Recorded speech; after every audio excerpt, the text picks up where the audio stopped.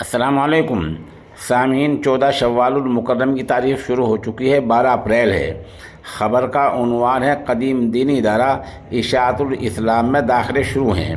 یہ قدیم دینی ادارہ مغربی اتر پردیش کے ضلع شاملی کے قصبہ کیران میں پانی پت روڈ پر واقع ہے، جس کے محتمم اعلیٰ ہیں مولانا برکت اللہ امینی دامت برکاتہم العالیہ۔ مولانا برکت اللہ امینی نے اس نامہ نگار کو ابھی چند منٹ پہلے بتایا کہ ادارے میں اس سال انشاءاللہ درجہ حفظ، ناظرہ میں تجوید اور پرائمری اور ساتھ ساتھ بچے اگر آ جاتے ہیں تو عربی اول کی تعلیم کا مکمل ارادہ ہے۔ ویسے بھی ادارے ماشاءاللہ حفظ و ناظرہ اور تجوید کا تو پہلے نظام ہے۔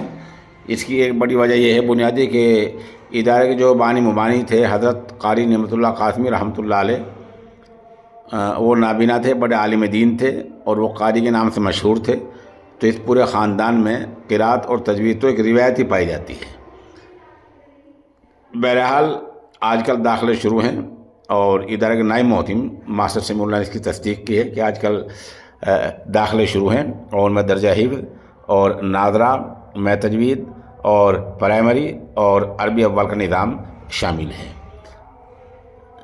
جن صاحب کو داخلے کے لیے رجوع کرنا ہے، میں ڈسکرپشن میں ادارے کے محتم اور نائب محتم دونوں کا نمبر دیے دیتا ہوں۔